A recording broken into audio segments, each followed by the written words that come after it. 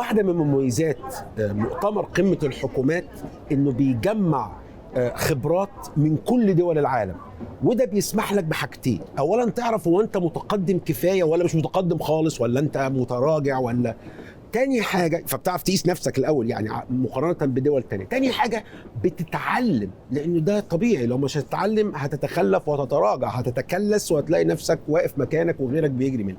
واحد من الخبراء المهمين قوي اللي أنا حضرت له بانل، الحقيقة كانت رائعة وكانت تعليقاته في الجون، هو وزير سابق في سلوفينيا لمجال اسمه ديجيتال ترانسفورميشن، بالإضافة لأنه كمان خبير في مركز أتلانتيك كروس أتلانتيك ليه علاقة بالعلاقات الأمريكية الأوروبية، وده مجال تاني سخن جدا احنا هنسأله عليه. يسعدني أن يكون معي سعادة مارك بوريس أندرجانيك من سلوفينيا، بيشرفنا النهاردة. How are you, sir? I'm doing great, and by the way, congratulations on the pronunciation. Great job. Not an easy name to spell. Let's start to our audience by asking the following. What is digital transformation and why it matters? I think digital transformation is basically transformation of not just how we do things, but how we think about things. It's really about redefining our economies, our government, as well as our daily lives. Many young people today meet on, online platforms. They spend most of their time almost using digital tools of different kinds. We have fully automated factories. We have fully digital governments that, allow you to do any kind of administrative task with a tap of a button using your smartphone. So I think digital transformation is a huge gift to humanity. It makes our lives easier. It makes our economies more productive. And in many ways, it also makes us safer. Okay. Let's talk a little bit more about UAE and its experience, because I like the panel in which you participated, and I like the dialogue or the exchange of ideas between you and the other colleagues on the panel. To what extent you see UAE is taking the right direction and fast steps in the right direction?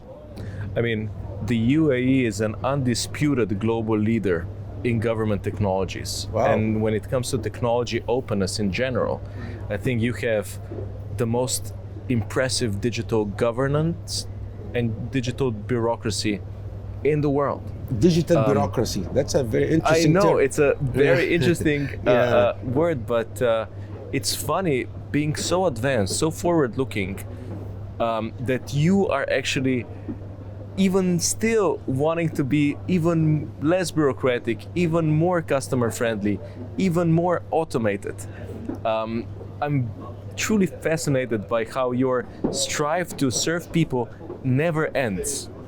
Despite being number one or number two in all things digital, if you look at any ranking in the world, you still have the ambition, you still have the drive to continue with your great work.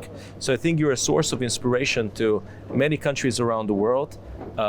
Your digital government app is one of the best out there.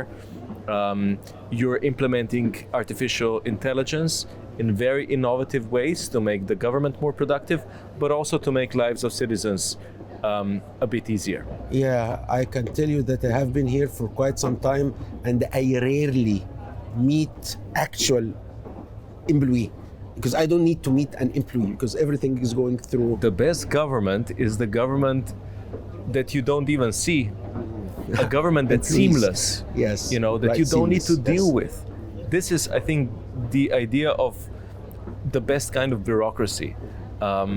And I think the UAE has made an amazing progress here that's been followed by many countries around the world, including in Europe. Sure. So you would say that United Arab Emirates is more advanced than most European countries? In many ways, for sure. In terms of digital government, digital public services, in terms of the quality of your government mobile app, you're way ahead of many European countries. AI, artificial intelligence, has become the name of the game. Everybody's talking about artificial intelligence. Is it going to help us manage services better? Is it going to forecast the future, maybe create or shape the future? Absolutely, but it's not going to happen overnight. So it's a process. And I think, right now most governments use AI for chatbots so that the citizens can get easier access to all kinds of government information. But in reality, the main benefit of AI is in its predictive power, meaning that AI helps us predict things, plan better, allocate very scarce government resources in a much more optimal way in the area of healthcare, in the area of infrastructure, and so on and so forth. I can give you a couple of examples. So in Singapore, their traffic system is AI driven, which means that they use special AI system to adjust traffic lights in real time. And by doing that, they managed to reduce congestion by 20%. No, amazing. So instead of having it like a constant process of red light for 3 minutes and green light for 3 minutes, no, they would look around and Absolutely. know that no congestion is here, so let the fully the automated traffic and go from AI this direction. driven. Oh, I see. And I can Makes tell you sense. that in places like Finland, AI is deployed in hospitals in allocating very scarce hospital resources. So they can plan ahead how many beds will be needed on a certain date, so that in the end those beds are available when the patients arrive. So there's a lot you can do with forecasting, with smart planning using AI. Okay, AI as well has become like arena for competition. China, Europe, America, especially with Trump now, has put AI as if it's going to be the solution to most of US problems, as if the country is going to go bankrupt unless we do some things with AI. How AI has become this arena of conflict, maybe, or competition? I mean, I like competition. There's Yeah, nothing wrong with right. competition. Right. Competition stirs progress.